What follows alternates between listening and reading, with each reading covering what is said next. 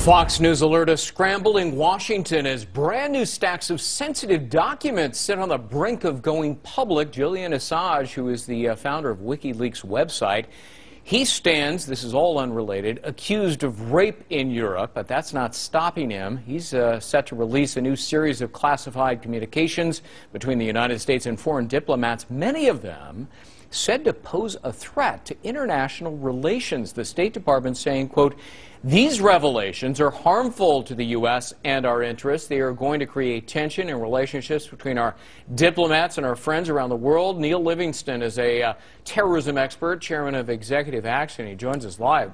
Neil, the one that caught my eye is that apparently elements within Turkey are helping al-Qaeda in Iraq.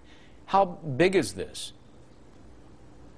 What they're going to allege is that Turkey did not secure its eastern border, and that Iraqis inside of Turkey transferred weapons, explosives, and personnel into Iraq to aid al-Qaeda there in its war on the United States and the central government.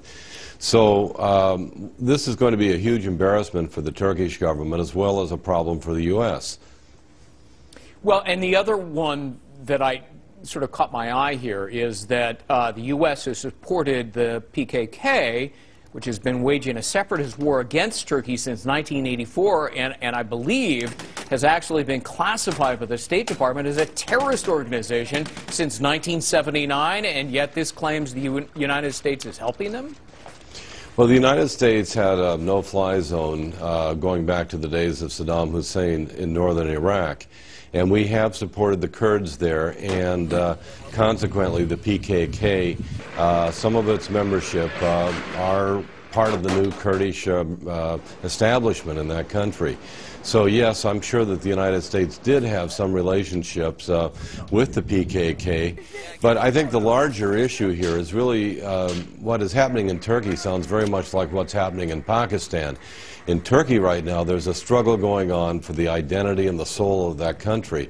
And the eastern part of the country, there's growing Islamist fanaticism, and you see the changes every time you go there. I go there almost once a year.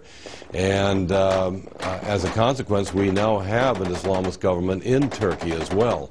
Which was a traditionally very secular country, and remember, it's a member of NATO as well. So this is all bad news. Yeah, well, and Turkey, together with Brazil, has taken steps to undermine American policy on a couple of fronts. Is Turkey our ally or not? Well, I think Turkey is going to say that they are our ally. But we have to remember that the ship that had aid for Hamas, that the Israelis alleged included weapons and so on, that originated in Turkey. There is a growing strain of radicalism there.